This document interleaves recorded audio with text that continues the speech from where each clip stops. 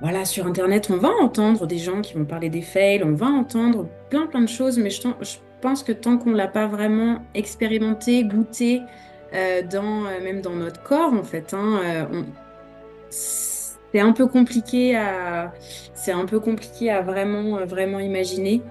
Euh, donc en fait, je pense que ouais, les moments de fail sont aussi importants que les moments de célébration. En fait, la plupart du temps, ce qui nous bloque le plus, c'est pas forcément le fait de pas trouver de clients. C'est le fait de qu'est-ce que je fais pour justement pas attirer les clients. Enfin voilà, elle est là la question parce que les clients, il y en a vraiment. Si la rose d'aujourd'hui devait porter un regard sur la rose de 2021, par exemple, qui s'est lancée comme ça, tête baissée, je me dirais elle est complètement tarée. Parce que vraiment, j'y suis allée en mode freestyle et presque sans filet. C'était quoi ton palier, ton objectif? Alors, j'en ai eu plusieurs parce qu'en fait, ils vont en augmentant, quoi. Par exemple, quand je me suis lancée, mon objectif, c'était 1005 de chiffre d'affaires. Là, sur la fin 2023, j'étais passée à 3000, où je me disais, mais jamais de la vie, j'arriverai à faire 3000 euros de chiffre d'affaires, tu vois. Déjà, j'avais dépassé un petit peu les 2000, j'étais là, wouhou, trop cool. Et là, en fait, bah, j'ai dépassé la barre des 3000, quoi. Et bonjour Rose, Bonjour Sarah, comment ça va? ça va bien et toi? Ça va, ça va, ça Ça va. va. Mhm. Alors, merci de répondre Avec à plaisir. l'invitation. Bien que ce soit la course, tu viens de me dire. Oui, c'est super la course entre les clients, la rentrée en sixième de ma fille, voilà. On Mais va bon. parler de ça. Mm. On va parler de comment t'es passée d'apprenante autour de toutes les thématiques du web que tu as pu rencontrer du côté de Fait du Web, tout en étant maman solo, à prestataire de service, busy et Busy, occupé. busy. Ok. Moi, je me suis lancée en février 2021 et en fait, je me suis lancée quasiment en même temps que j'ai commencé la formation. Voilà, j'étais full on, en mode allez, je commence la formation, je commence à me former et en fait, j'ai commencé à chercher mes premiers clients en même temps. En fait, j'ai tout fait en même temps et en fait, je me suis lancée pourquoi en très grande partie parce que bah, je suis maman solo et que je viens de l'hôtellerie-restauration et qu'avec une enfant, c'était un petit peu compliqué et donc du coup je cherchais une activité en fait à faire en ligne et comme nous toutes je pense je suis tombée sur une de tes pubs et voilà ça m'a bien parlé autant le sujet que toi en fin de compte voilà tu es une personne qui m'a bien interpellée et je me suis dit allez feu et voilà je me suis lancée comme ça je me suis mis dans la formation j'ai pris beaucoup de missions d'entraînement ça c'était cool et ça fait plus de 3 ans maintenant que je suis à mon compte. Voilà, où je suis passée par des phases où bah, j'ai beaucoup travaillé gratuitement au début, par des phases où les clients étaient bien là, des phases où je me suis retrouvée sans clients. Je pense particulièrement à ce début d'année qui a été assez chaud et assez désertique. Mais pour arriver à là, au mois de septembre, je suis full client et j'ai même dépassé mon objectif de chiffre d'affaires que je m'étais fixé fin d'année dernière, quoi. Peut-être que le focus de cette année 2024 peut être sympa à étudier, Ouais. parce que l'apprentissage, tout ça, ok, chacun fait un peu à sa sauce, mais comment 2024, ça peut être et en même temps cata, à pleurer, et en même temps en train de célébrer une victoire, tu vois. Et en train de célébrer, eh ben, je dirais, bah, déjà, voilà, ça illustre parfaitement bien les montagnes russes de l'entrepreneur, déjà, je pense, parce que c'est vraiment pas un mythe. Voilà, c'est important de le savoir, quoi. Et en plus, en étant une femme, on a déjà des montagnes russes émotionnelles sans forcément parler du travail. Donc là, ça rajoute, je dirais, même si c'est lié. Mais en fait, enfin, là, je vais parler vraiment pour moi. 2024, ça a été une année où j'ai vraiment décidé de travailler sur plein de choses, que ce soit au niveau pro ou au niveau perso. Je me suis fait coacher aussi. J'ai mis en place des nouvelles habitudes qui peuvent paraître un peu ridicules, mais qui sont assez puissantes. Et j'ai vraiment bossé mon mindset, mes projections. Enfin voilà, j'ai fait un petit mix de tout ce qui peut être voilà, spirituel, énergétique, mindset entrepreneurial. Et j'y suis allée à fond. Et le résultat, c'est que franchement, ouais, je suis full client, que mes clients me demandent encore plus de dispo. Et je m'éclate, j'adore les missions que je fais. Je travaille avec des gens trop cool. Voilà, donc en fait, je pense que c'est un gros coup de pied au cul. De se dire, OK, en fait, c'est moi qui ai la clé, c'est moi qui ai le pouvoir, c'est moi qui peux faire changer les choses et pas être là en train d'attendre le client parce que le client, il ne viendra pas si on ne fait rien, tu vois? Est-ce que tu penses que c'est presque grâce à une période sans client, une période galère, une période où tu étais archi mal, Ouais, que tu as vraiment enclenché le changement chez ouais, toi? ouais. Tant au niveau perso qu'au niveau pro, tant que t'as pas touché le fond et que t'as pas été dans ta merde, en fait, hein, bah, t'as pas forcément le déclic de OK, allez, je vais faire quelque chose. On a toujours tendance à se placer un peu en victime, genre, oh, ça va pas. Mais une fois qu'on a bien touché ça et que surtout, enfin voilà, on a vraiment une vraie motivation à aller mieux, que c'est vraiment ça qu'on a envie de faire. Je pense que dans ces moments-là, on remet un peu tout en question. Et moi, je me suis vraiment rendu compte que c'était ça que je voulais faire en fait. Enfin, vraiment, ça me donne la liberté dont j'ai envie, ça me donne une flexibilité dont j'ai besoin en fait. Je me rends compte. Et ça me permet de m'occuper de ma fille sans trop de contraintes. Sans d'autres contraintes que celles que j'ai déjà.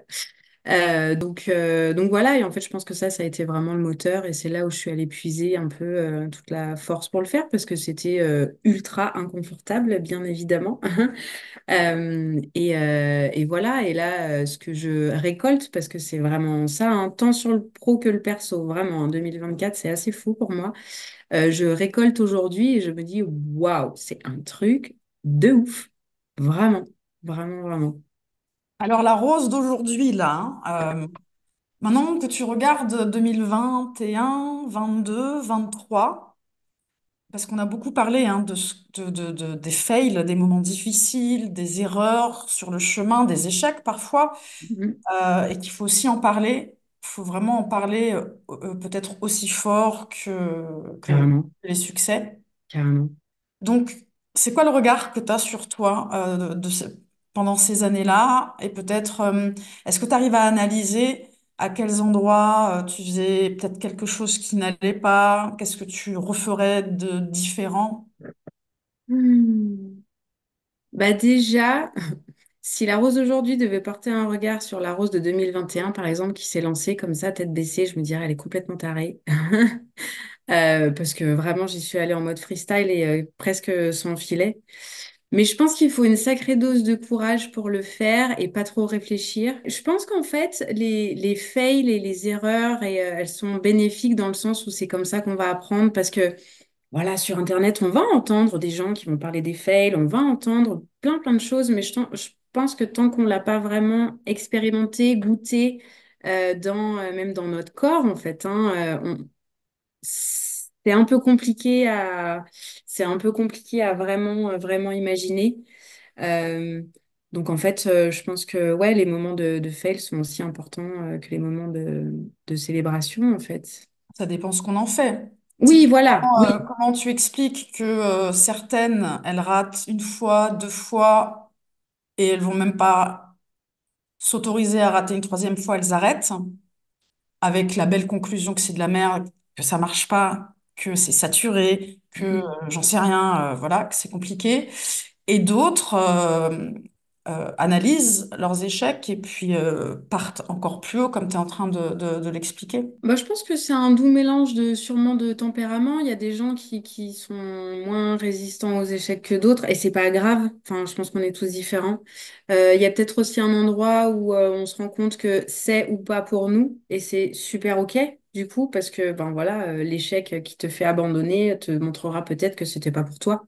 Vraiment, enfin, mon lancement dans l'entrepreneuriat, c'est vraiment entremêlé avec un gros travail personnel sur moi. Et donc, en fait, je pense, et je parle pour moi encore une fois, hein, enfin moi l'entrepreneuriat, ça m'a vachement aidé à travailler sur moi et à aller voir plein de choses. Vraiment, vraiment, vraiment. Parce que bah voilà, tu te retrouves seul face à toi-même et du coup on y va quoi. Et en fait, la plupart du temps, ce qui nous bloque le plus, C'est pas forcément le fait de pas trouver de clients.